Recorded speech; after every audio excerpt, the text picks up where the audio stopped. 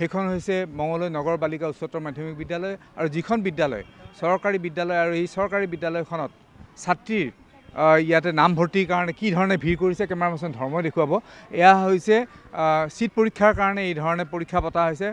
ইয়াতে চিট আছে 180টা আৰু কিন্তু 400ৰ ওপৰত ইয়াতে ইতিমধ্যে যিসকল ছাত্ৰী আছে তেওঁলোকে ইতিমধ্যে তেওঁলোকে আবেদন জনাইছে আৰু সেই আবেদনৰ ভিত্তিত তেওঁলোকক আজি পৰীক্ষাৰ বাবে মাতা হৈছে। মোৰ লগত উপস্থিত আছে বিদ্যালয়ৰ অধ্যক্ষ গৰাকী। তেওঁৰ পৰা জানিব বিচাৰিম যে আপোনালোকৰ কিমান ষ্টুডেণ্ট এইবাৰ দিব পাৰিব, কিমানে আবেদন কৰিব? আচ্ছা, আমাৰ আচলতে যদি আমি হেৰিৰ ফালৰ পৰা চাওঁ, আমিতো প্ৰত্যেকটো ক্লাছত 40ৰ বেছি দিবই নালাগে, কিন্তু আমি তেনেকৈ সেইটো নিয়ম মানে মানি চলিব নোৱাৰোঁ। যিহেতু বহুত ষ্টুডেণ্ট আহে আমাৰ ইয়াতে পঢ়িম বুলি উৎসাহ লৈ অভিভাৱকসকল আহে ইয়াতে দিম বুলি, গতিকে আমি আচলতে 150 মান দিব পাৰোঁ, কিন্তু শেষত গৈ গৈ আমি 180 মান দিবলগীয়া হয়গৈ।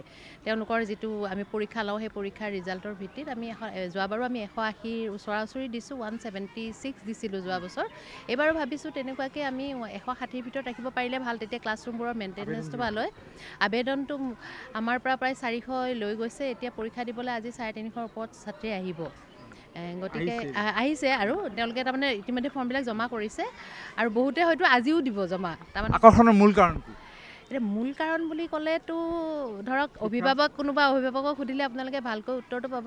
শিক্ষাৰ মানদণ্ড হয়তো তেওঁলোকে বিচাৰে, সেইটো এটা চৰকাৰী স্কুলত, আৰু আজিকালি চৰকাৰী স্কুলতো নাহে। তেনেকুৱা দিনত আমাৰ স্কুললৈ আহিছে যেতিয়া কিবা এটা আকৰ্ষণ নহয়, তেওঁলোকে নিশ্চয় কিবা এটা ভাল পাইছে আৰু আমিও আমাৰ পিনৰ পৰা সুবিধাখিনি দিবলৈ চেষ্টা কৰিছোঁ। আমি অকল শিক্ষাৰ মানগত কথাখিনিয়ে নহয়, যিটো বিদ্যায়তনিক বা বিদ্যায়তনিকৰ বাহিৰৰ যিখিনি কাৰিকুলাৰ এক্টিভিটিছ থাকে সেইখিনিতো আমি যথেষ্ট উন্নতি কৰিবলৈ চেষ্টা কৰিছোঁ। আপোনালোকে হয়তো দেখিছে আমি নতুনকৈ ইয়াতে বাস্কেটবল কোৰ্ট কৰিছোঁ, তাত ট্ৰেইনিং দি এটা টিম তৈয়াৰ কৰিবলৈ চেষ্টা কৰিছোঁ, বা তেনেকুৱা ধৰণৰ আমাৰ বহুত ল'ৰা ছোৱালী আছে বাহিৰত খেলি আছে। এতিয়া খেল মহাৰণৰ ষ্টেট লেভেলতো আমাৰ ছাত্ৰীয়ে কাবাডী খেলি আছে, বা আমাৰ আপোনালোকে ইয়াতে যদি ক্ৰিকেটত আছে, ক্ৰিকেটত ষ্টেট লেভেলত আমাৰ প্লেয়াৰে খেলিছে। জিলা ভিত্তিত আমাৰ যিটো MSAৰ ইয়াতে টিম আছে, তাত আমাৰ মই অভিভাৱকৰ পৰা জানিব বিচাৰিছোঁ যে আপুনি কি কাৰণত এই বিদ্যালয়খন বাছি লৈছে? মোৰ মানে উদ্দেশ্যটো হ'ল এনেধৰণৰ, এই মঙলদৈ চহৰৰ মাজমজিয়াত এখন গাৰ্লছ হায়াৰ ছেকেণ্ডাৰী, আৰু এই ঐতিহাসিক কিছুমান আমি আগৰ পৰাই শুনি আহিছিলোঁ। এই গাৰ্লছ হায়াৰ ছেকেণ্ডাৰীখন যথেষ্টই শিক্ষাৰ ক্ষেত্ৰত বহুত আগবঢ়া আছিলে, আৰু গাৰ্লছ স্কুল হিচাপে আমাৰ সুৰক্ষিত বুলি আমি ভাবোঁ। আচলতে আমাৰ ষ্টুডেণ্টখিনি ইয়াত থাকিলে সুৰক্ষিত যেন আমাৰ অনুভৱ হয়, আৰু আমিও নিকটৱৰ্তী এই অঞ্চলৰে মানুহ, মঙলদৈ চহৰৰ আশে পাশে থকা, তেনে ক্ষেত্ৰত বিভিন্ন ধৰণৰ অসুবিধা আমি ইয়াত নাপাওঁ। আনপিনে আমাৰ ষ্টুডেণ্টখিনি ইয়াতে থকাৰ পিছত আমি বহুত ঘৰত এটা এনেকুৱা স্বস্তিৰ নিশ্বাস দিব পাৰোঁ যে শিক্ষক শিক্ষয়িত্ৰীখিনি আমি যথেষ্ট ভাল পাওঁ। মানে আপুনি ক'ব বিচাৰিছে যে বিদ্যালয়খনত শিক্ষাৰ পৰা যিখিনি তেওঁলোকৰ ছিকিউৰিটি সুৰক্ষালৈকে সেইখিনি সম্পূৰ্ণ আছে, আৰু খেলা ধূলা আছে। সাংস্কৃতিক বিভাগটো বৰ সুন্দৰ চলে, আৰু আমাৰ বিভিন্ন ষ্টুডেণ্টে বিভিন্ন ধৰণে ইয়াতে কিছুমান শিকিছে নতুনকৈ, খেলা ধূলাই হওক, গীত মাত হওক, এনেকৈ গোটেইখিনি শিকিব পাৰিছে। তাৰ কাৰণে মই ভাবোঁ এইখন বিদ্যালয়, মোৰ এজন অভিভাৱক মই হিচাপে, মই মোৰ ষ্টুডেণ্টৰ মোৰ চলিৰ কাৰণে যথেষ্ট সুবিধাজনক আৰু ভাল। মোৰ লগত বিদ্যালয়খনৰ পৰিচালনা সমিতিৰ সভাপতি আছে। আপোনাৰ বিদ্যালয়খনৰ যথেষ্ট নাম আছে, পূৰ্বৰ পৰাই নাম আছে। বৰ্তমানো যিটো আমি ছাত্ৰীৰ যিটো ইয়াতে সংখ্যা দেখা পাইছোঁ, যিসকলে আবেদন কৰিছে, আপুনি তেনেকুৱা ক্ষেত্ৰত আপুনি কি ক'ব?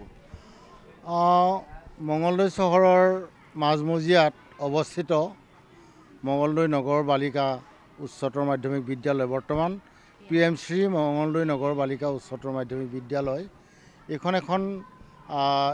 এইখন বিদ্যালয়ৰ এক গৌৰৱময় ইতিহাসো আছে, আৰু 1943 চনত প্ৰতিষ্ঠিত এই বিদ্যালয়খনে আমাৰ জিলাখনৰ মাধ্যমিক শিক্ষাৰ ক্ষেত্ৰত এক গুৰুত্বপূৰ্ণ ভূমিকা গ্ৰহণ কৰিছে, বিশেষকৈ নাৰী শিক্ষাৰ ক্ষেত্ৰত। এই বিদ্যালয়ে এই বছৰ A গ্ৰেড পাবলৈ সক্ষম হৈছে, আৰু বিদ্যালয়ৰ বিদ্যায়তনিক দিশৰ আটাইখিনি দিশ ভাল হোৱাৰ উপৰিও সাংস্কৃতিক ছাত্ৰ ছাত্ৰীৰ এক্সট্ৰা কাৰিকুলাৰ যিখিনি থাকিব লাগে বা যিখিনি সা সুবিধা দিব লাগে, এই বিদ্যালয়ে দিবলৈ যত্ন কৰিছে।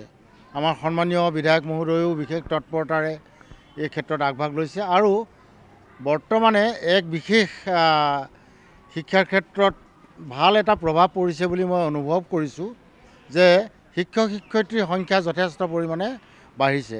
প্ৰায় সকলো বিষয়ৰ শিক্ষক শিক্ষয়িত্ৰী বৰ্তমানে বিদ্যালয়ত মকৰল হৈছে আৰু তেওঁলোকে এক সুশিক্ষা দিছে বুলি আমি অনুভৱ কৰিছোঁ। আৰু এই কথাটো ক'ব লাগিব যে বিদ্যালয়খনৰ আচলতে সুশিক্ষাৰ যথেষ্ট ব্যৱস্থা আছে। সাংস্কৃতিক দিশত বিদ্যালয়খন যথেষ্ট আগবঢ়া, খেলাৰ দিশত আগবঢ়া, যিহেতুকে ৰাজ্যিক পৰ্যায়ৰ খেলৰ ইয়াতে খেলুৱৈ আছে। গতিকে এনে এক বিদ্যালয়ৰ প্ৰতি আকৰ্ষণ হোৱাটো স্বাভাৱিক আৰু সেইকাৰণে আপোনালোকে দেখিছে যে প্ৰায় 400 ছাত্ৰ ছাত্ৰীয়ে ইয়াতে আহি তেওঁলোকৰ আবেদন জনাইছে, তেওঁলোকৰ অভিভাৱকসকলে আবেদন জনাইছে আৰু তেওঁলোকৰ আজি যি বিদ্যালয়ত যিসকলে ইয়াতে তেওঁলোকে ইয়াতে অংশগ্ৰহণ কৰিব বা তেওঁলোকে ইয়াতে নামভৰ্তি কৰিব আৰু সেই নামভৰ্তি কৰাৰ পূৰ্বেই তেওঁলোকে ইয়াতে পৰীক্ষা এটা দিবলগীয়া আছে আৰু এই পৰীক্ষাৰ বাবে ইতিমধ্যে তেওঁলোক সাজু হৈছে আৰু বিদ্যালয় কৰ্তৃপক্ষ সাজু হৈছে। গতিকে দেখা গৈছে যে এই নাৰী শিক্ষাৰ এই অনুষ্ঠানখনে যথেষ্ট নাম কামাবলৈ সক্ষম হৈছে আৰু চৰকাৰী বিদ্যালয় হৈছে ই এক আচলতে আশাৰ ৰেঙনি বুলি ক'ব লাগিব।